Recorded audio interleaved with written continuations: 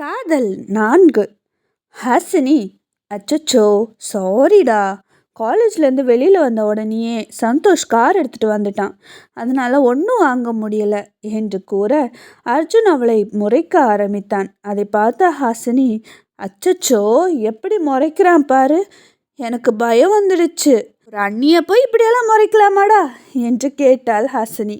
அவர்கள் இப்படியே பேசிக்கொண்டு இருக்கும்போது அஹானா அங்கே வந்தாள். அஹானா வேறு யாரும் இல்லை, சிவாவின் மனைவி, அதாவது ப்ளூபெல் பேலஸின் மூத்த மருமகள். சந்தோஷ் இரண்டாவதவன், கடைசியாக அர்ஜுன். என்ன செல்லம் ஆச்சு, ஏன் இவ்வளோ சோகமாக இருக்கீங்க என்று அஹானா கேட்க, பாருங்க பெரிய அண்ணி, சின்ன அண்ணி எனக்கு எதுவுமே வாங்கிட்டு வரல என்று சோகமாக கூறினான். இதை கேட்ட அஹானா, அச்சச்சோ என் செல்லத்துக்கு எதுவும் வாங்கிட்டு வரலையாவ, நம்ம அவளை அப்புறமா பழி வாங்கிக்கலாம் சரியா என்று கேட்க, ஆமாம் நீங்கள் எனக்கு என்ன வாங்கிட்டு வந்தீங்க என்று ஆர்வமாக கேட்டான் அர்ஜுன். ஒரு நிமிஷம் இரு என்று கூறி ஒரு கிஃப்ட் பாக்ஸை எடுத்து அர்ஜுனின் கையில் கொடுத்தாள். அவன் அந்த கிஃப்ட் பாக்ஸை ரொம்ப ஆர்வமாக பிரித்து பார்த்தான். அதில் ஒரு ஓவியம் இருந்தது. அதாவது ஒரு தாய் தன் குழந்தையை கையில் வைத்திருந்தது போல் இருந்தது அந்த ஓவியம். அந்த தாய் வேற யாரும் இல்லை, அர்ஜுனின் அத்தை கண்மணி தான். அந்த குழந்தை அர்ஜுனே. அதை பார்த்த அர்ஜுனுக்கு கண்ணீர் வந்தது. அவளை கட்டி அணைத்து கொண்டான். அவள் அவன் நெற்றியில் முத்தமிட்டு, இதை நான் உனக்காக பண்ணியிருக்கேன், எப்படி இருக்குன்னு சொல்லு என்று கேட்க, அவன் அழுது கொண்டே நல்லா இருக்கு அண்ணி என்று கூறினான். அதன் பிறகு அவன் பெட்டின் அருகில் இருக்கும் டேபிளில் அந்த ஃபோட்டோ ஃப்ரேமை எடுத்து வைத்தான். அவனுக்கு ஒரே சந்தோஷம் ஒரு பக்கம் என்றால், தன் அத்தையை பிரிந்த சோகம் இன்னொரு பக்கம் அவனை வாட்டி எடுத்தது.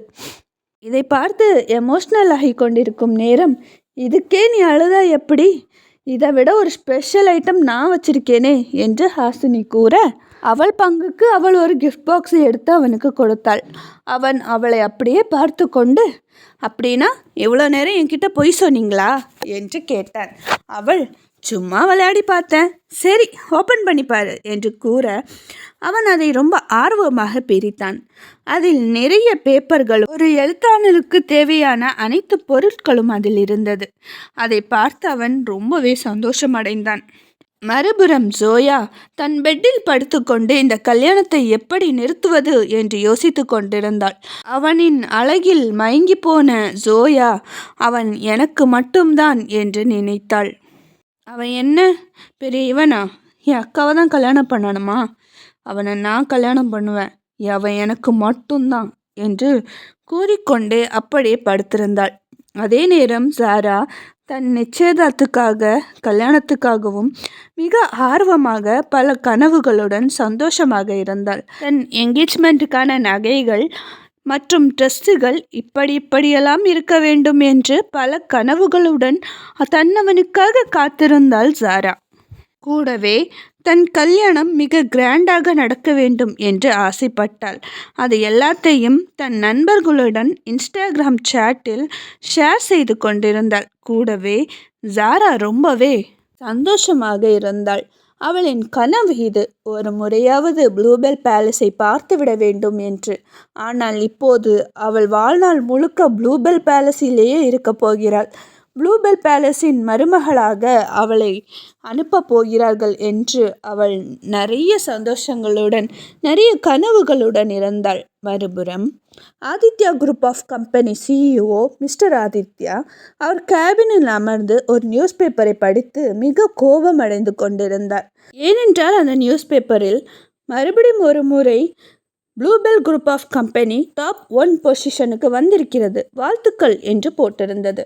அதை பார்த்துதான் அவன் இவ்வளவு கோபமாக அந்த பேப்பரை தூக்கி எறிந்தான்.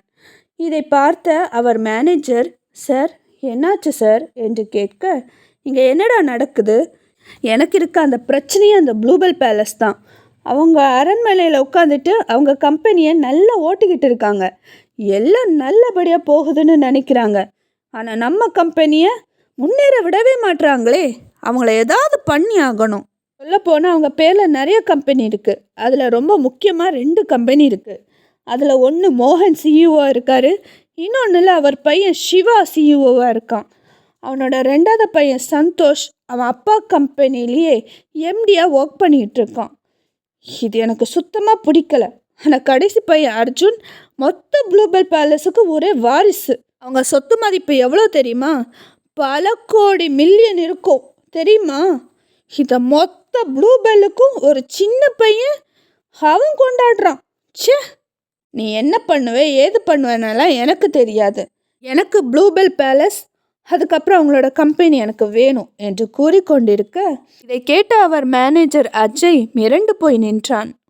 மறுபுறம் ஹாசினி அர்ஜுனுக்கு சாப்பாடு ஊட்டி கொண்டிருந்தாள். அந்நேரம் சந்தோஷ், அப்பு நல்லா பார்த்துக்கோ, இன்னைக்கு உன்னோட கப்பில் தான் நான் டீ குடிக்க போகிறேன், எப்படி என்று கேட்க அர்ஜுன் முறைத்து கொண்டே, அது என்னோட கப்பு, எங்கே எழுத்தி அங்கே வை என்று கூறினான்.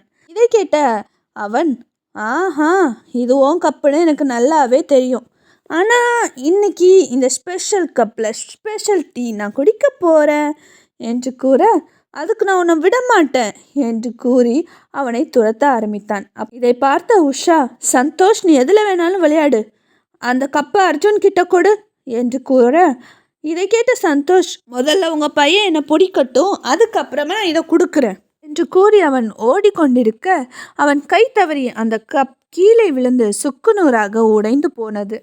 அதை பார்த்த அர்ஜுன் முகம் அப்படியே புன்னகையிலிருந்து வாடி போனது. அந்த கப் உடைந்தது போல் அவன் மனமும் உடைந்து போனது. சில்லு சில்லாக உடைந்திருக்கும் அந்த கப்பை கையில் எடுத்து வைத்து கொண்டு அவன் விங்கி விங்கி அழ ஆரம்பித்தான். அவன் அழுகையை பார்த்த எல்லோரும் ரொம்பவே கஷ்டப்பட்டனர். ஹாசினி மற்றும் அஹானா 2 பேருமே அவனுக்கு சமாதானம் சொல்ல முயற்சி செய்தார்கள். ஆனால் அவன் அது எதுவுமே கேட்கவில்லை. அவன் கதறி அழுது கொண்டிருந்தான். என்ன சந்தோஷ் இது, உனக்கு விளையாடுறதுக்கு வேற பொருளே கிடைக்கலையா? உனக்கே நல்லா தெரியும்ல, இது அர்ஜுனோட ஃபேவரட் கப். கண்மணி இறந்து போகிறதுக்கு முன்னாடி அவனுக்கு கொடுத்த கடைசி பரிசு இது. அவன் அதை எவ்வளோ பொக்கிஷமாக வச்சுருந்தான், அதை போய் உடைச்சிட்ட பாரு. பாரு குழந்தை எப்படி அழுகுறான்னு பாரு. ஒன்னெல்லாம் போ, என் கண்ணு முன்னாடி நிற்காத என்று பயங்கரமாக திட்டிவிட்டாள் உஷா. அவன் ஏங்கி ஏங்கி அழுது கொண்டிருப்பதை பார்த்த சந்தோஷுக்கு ரொம்ப கஷ்டமானது. அவன் அருகில் சென்று, ப்ளீஸ் அர்ஜுன் அழாத, உனக்கு அண்ணன் வேற ஒன்று வாங்கி தரேன், ப்ளீஸ் அழாத என்று கூற, இதை கேட்ட அஹானா, ஹலோ கொழுந்தனாரே, நீங்கள் அவனுக்கு 1000 கப்பு வாங்கி தந்தாலும் இந்த ஒரு கப்போட வேல்யூ வராது என்று கோபமாக கூறினாள். காதல் வளரும்.